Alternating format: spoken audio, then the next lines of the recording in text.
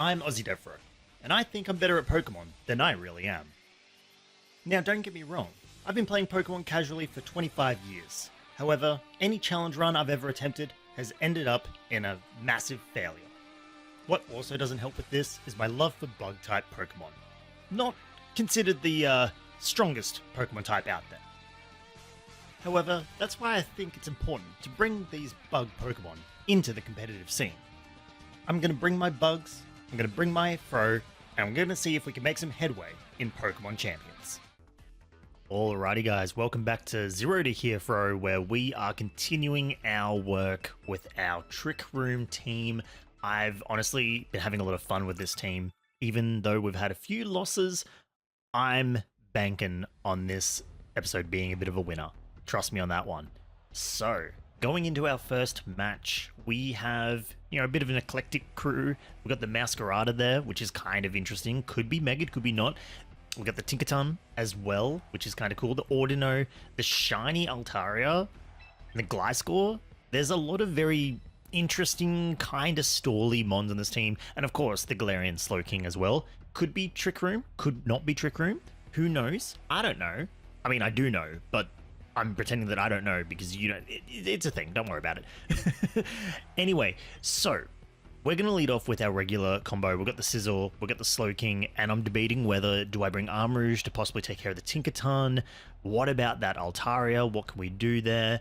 And I kind of get the vibe that Garganacl might be the best bet just because they have the Gliscor and the Altaria. Two flying types. We have the Rock type.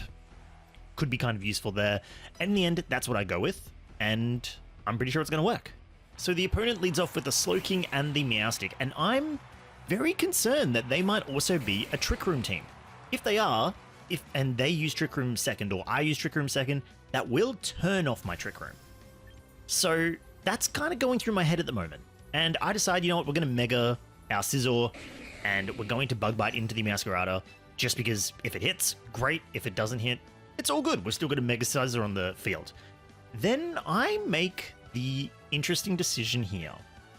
Do I Trick Room or do I not? I don't. In the end, I decide that, you know what? Let's double into the Meowstic. Let's actually get it done. We're going to use the Sludge Bomb, and I'm going to rely on my opponent to use Trick Room instead. So we get our Mega Scizor up there as the Meowstic goes Carmine, and I'm thinking, this is fantastic. This is absolutely fantastic. We're going to knock this thing into the fifth dimension at this rate, because the Bug Bite comes through and just one hit KOs. That's it. There's no more Meowstic. It used a Calm Mind, so it's out of here. We get the free kill. Fantastic work. That's why we got Scizor on the team. Sludge Bomb comes through from our Slowking, doesn't do too much damage to theirs, as they use Psychic Terrain. So not the Trick Room that I was expecting. Now, Psychic Terrain, I do need to remind myself here that Bullet Punch will not work. I believe Psychic Terrain actually removes priority moves, or blocks priority moves from working. So our opponent does send out the Gliscor there. Now, you might be thinking, is it a poison type? No, it is a ground flying type. So we need to be aware that a ground move could be coming through, would be decently effective on both of our mons. So I decide that we need to go with the Trailblade, because if we don't have the Trick Room up, I might be able to just use Scizor, get a regularly effective move on the Gliscor with Trailblaze, speed him up, and then we've got a hard-hitting, decently fast guy. To which I then sort of go, maybe, do I want to do this? What do I want to do with the Slowking? Slowking, little sketchy, but in the end I decide to go the Ice Beam onto the Gliscor just to sort of knock it out. So as expected, Gliscor does have a ground type move, goes high horsepower, it misses our Scizor, which is amazing. We get the Trailblaze off and we gain that speed. Now this is the exact situation I was looking for, in that we don't have Trick Room up, but that Trailblaze might just allow us to surprisingly outspeed an opponent. Ice Beam comes through, knocks out the Gliscor exactly as expected there. The opposing Slowking does use Ice Beam against our Slowking. Doesn't really do too much. It does have a Shell Bell, so we do need to be wary of it regaining health. So the opponent now sends out Ordino as its final mon, which is, it's going to be kind of interesting to see what we can do here. Now, I do make the mistake here. I go for the Bullet Punch. I go for the Bullet Punch, then the Sludge Bomb, and we all know what's going to happen here. It's going to be egg all over my face. But before then, they do Mega Evolve into that Mega Ordino. So Now, I can't remember whether it's a fairy normal at this point. It looks very fairy, but I just don't remember. The bullet punch is blocked by psychic terrain, and it does get that hyper voice out, which does, yeah, a little bit of damage. It's not very effective on our Scizor. So we're just going to this Ice Beam from the Slowking, comes out. Oh, sorry, their opponent. Their Slowking does Ice Beam. Sorry, I'm getting a little confused between the two different Slowkings. So they use Ice Beam on us. It does knock us down into Citrus Berry range, which we do consume very, nicely. And we do get the Sludge Bomb onto the Audino. It's super effective. Takes him down to about half health, which is pretty alright.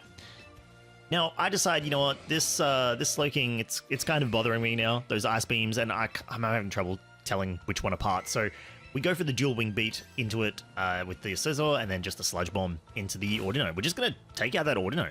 Now, their Slowking is very tanky. It is defensive as nothing else, which makes me believe it is meant to be a Trick Room Slowking, because it's not really doing too much. It's not. Whereas my Slowking is taking names. Taking names and has the ability to make us super fast if need be. But we don't need it. We're dealing this the right way. So the dual wing beat didn't quite take out their Slowking, and they are slowly chipping down ours. So, good for him. But in the end, it's not very going to be useful because, yeah, we're just going to dual wing beat, take out the remaining health, and that'll be that.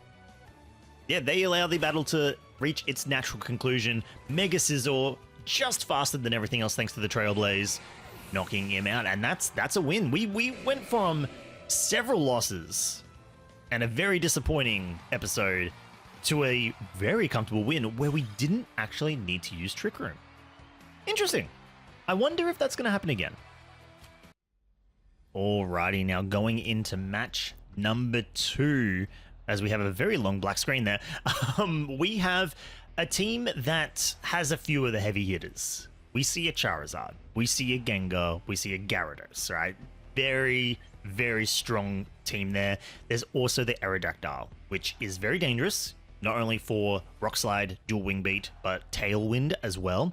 Now, the great thing is, we are kind of obviously a Trick Room team. We have a team of slow guys, they have a team of fast guys.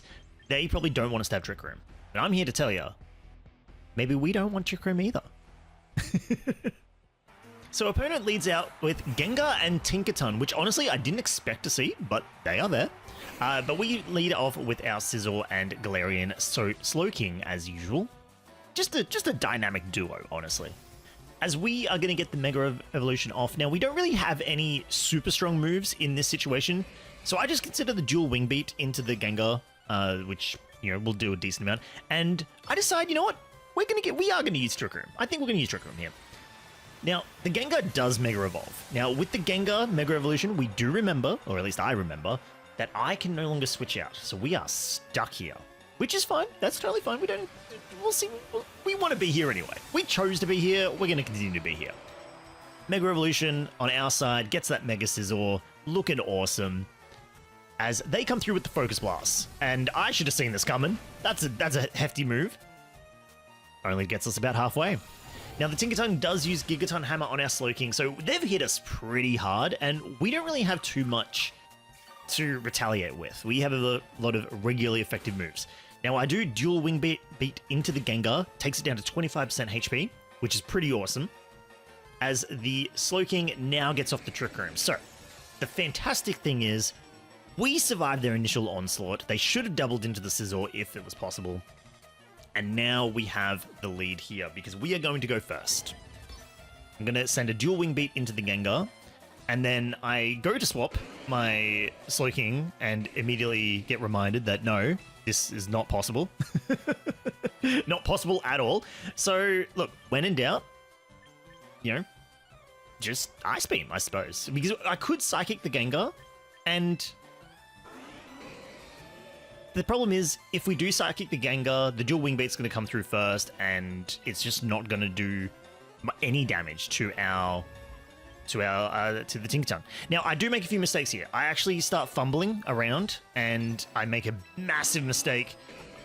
I just essentially muck up. I end up taking way too long with my attacks, and I figure I've thrown away this battle because it's just auto-selected moves for me. It used Psychic on the Tinkaton, and then dual Wing Beat into the Tinkaton. This was a massive fumble. I should have been way more aware of the time. I was trying to navigate back to Sizzle to use a different move. But anyway, the Tinkaton does use heavy press, or hard press, sorry, on the Sizzle. It doesn't do too much damage, thankfully. And I'm just expecting another Focus Blast, which comes through. It definitely comes through into our Sizzle.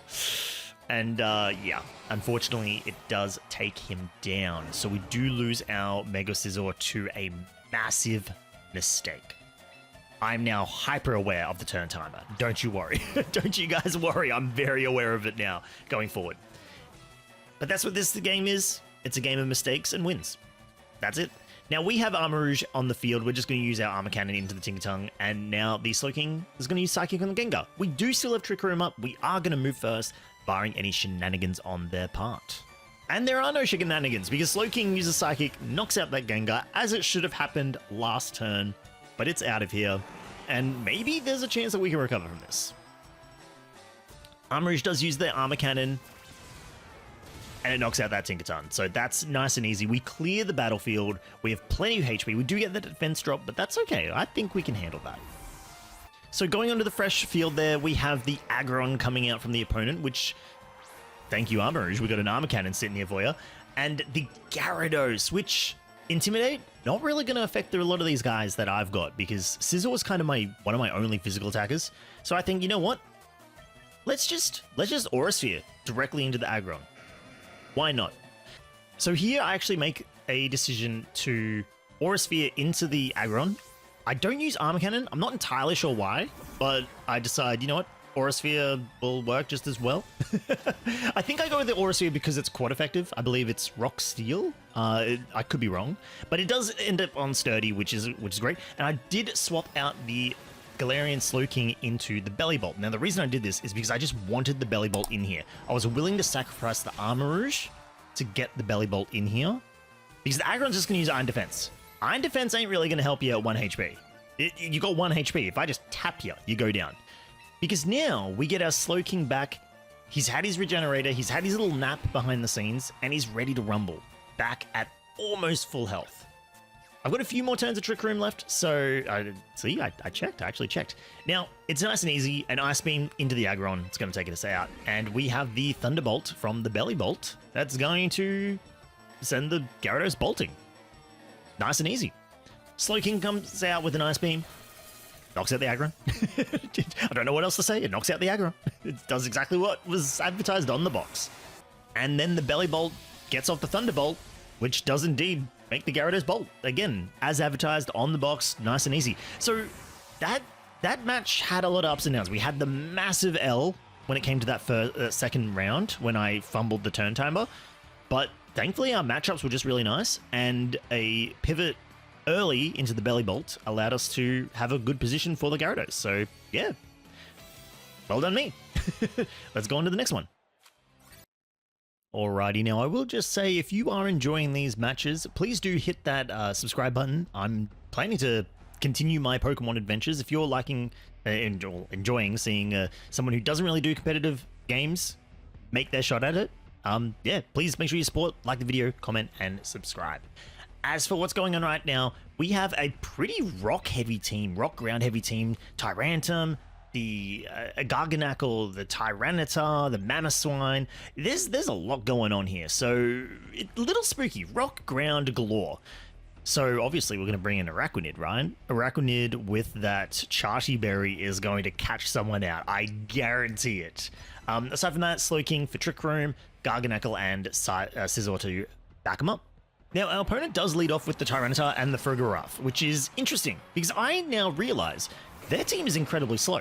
We might be dealing with another Trick Room team, and I possibly maybe lean into this a little bit. Are they going to use Trick Room, or are they not? Let's find out. So the Sandstream does start from the Tyranitar, so they're going to do chip damage on us as we go, which is fine. We're gonna deal with that.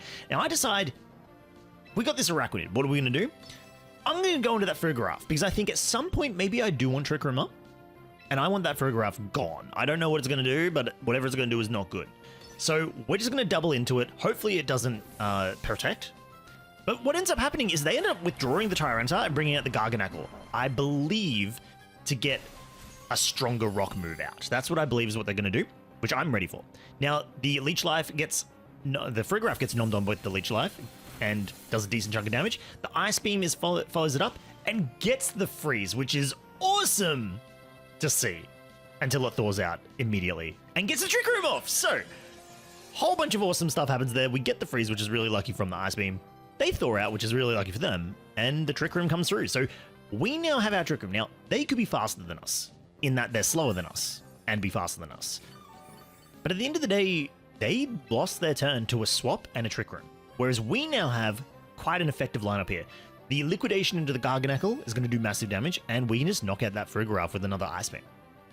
So our opponent decides to withdraw Frigoraph, which is pretty wise. Whatever's going to come out is going to cop an Ice Beam, as it is the Tyrantum, which is a pretty slow Pokemon, so that's not super great. The Ice Beam, however, does knock it down to about 1/3 health, which is fantastic. So it's already half neutralized. And the Garganacle does go for the Salt Cure on the Araquanid, but the Charty Berry makes another appearance. It deals next to no damage, which is amazing to see. Absolutely wonderful. Araquanid, definitely MVP on any match where it's taken a Rock-type move. Liquidation comes through, does massive damage to the Garganacle. We're still looking really, really nice here. However, they do have a Citrus Berry, but we do knock it out. So knocking out the Citrus Berry, great go, great go. Soul Cure does affect our Araquanid. Now, he won't be able to take another set of Rock-type moves because of that Charty Berry, but he is pretty bulky. Defensively speaking, the Araquanid is up there. He's pretty up there. So, in the end, I decided to keep him in. We'll use another Liquidation. Hopefully, we'll go first, which I know we are going to beat the Garganacle, as we do send out an Ice Beam against the Tyrantum. The opponent has underestimated how slow my team is. By them using Trick Room, they have given us the edge. If they had have not used Trick Room at the start of the match, we would be slower. Speaking of slower, that Rock Slide does come through. It turns out it's a speed tie between Araquanid and Garganacle, as we do get the Liquidation off. We knock out that Garganacle, but can we just check out, Araquanid is still on the field. He tanked a Rock Slide and is still on the field. Can we just we need thumbs up in the comments below for our boy Araquanid. Tanks the Salt Cure, tanks the Sandstorm, he's still standing. Araquanid is still on the field like an absolute trooper. The opponent does the last thing he can do, which is send out that Tyranitar and the Frigoraph. Now, we know the Frigoraph is already low on health. Now, the Tyranitar, he's part Dark-type. He's part Dark-type, and you know what they say about part Dark-types? They are a delicious snack for our best boy Araquanid. So you bet your bottom dollar that I'm going to send a Leech Life directly in that Tyranitar, because I want to see our boy Araquanid finish the battle. So our Slowking gets the Ice Beam off again. That Trick Room that they desperately put up at the start of the game, the start of the match I should say, has worked against them. Araquanid gets the Leech Life out. We do drain over 50% of the Tyranitar's health, which is fantastic. We get a teeny tiny little boost. Will it be enough? Here comes the Rock Slide. It's not enough. Araquanid does go down. Our boy, he's just had that little bit too much to eat today, and he's got to go have a little nap. Slowking's still in the field, though. And speaking of having a little bite to eat, he eats a little citrus berry there. He's still going. He's still going. Now, I feel like this might be my last battle for a while with this team, so I send out the Scizor for a little bit of the Hail Mary. We're going to Mega Evolve. We're going to Bullet Punch. I want to take this Tyranitar out in style. And Slowking has been a wonderful sidekick to the team with the Trick Rooms, with just constantly pumping out Ice Beams and Poison, Sludge Bombs, sorry. I had to think of that for a second. And Sludge Bombs. So I want this dynamic duo to take him out and give us another victory. Out comes the Bullet Punch. Down goes the Tyranitar. And that is 3 for 3 this episode. So I hope that made up for the last episode where we went down a couple. I've had a wonderful time with this Trick Room team. As I've said many times, this is the first time I've used Trick Room. It was such a delight. Had a great time. It's time to move on. I had a bit of an idea for this team. I've been slowly recruiting Pokemon in the stables. And you could say this next team and Lego have something in common. Anyway, thank you so much for watching. I hope you've enjoyed the video. If you have, as I asked before, subscribe and like and comment. Do all the things. Or don't do any of the things and just come back next time and watch the video. Either way, I'm happy. I hope you're happy. Have a wonderful day.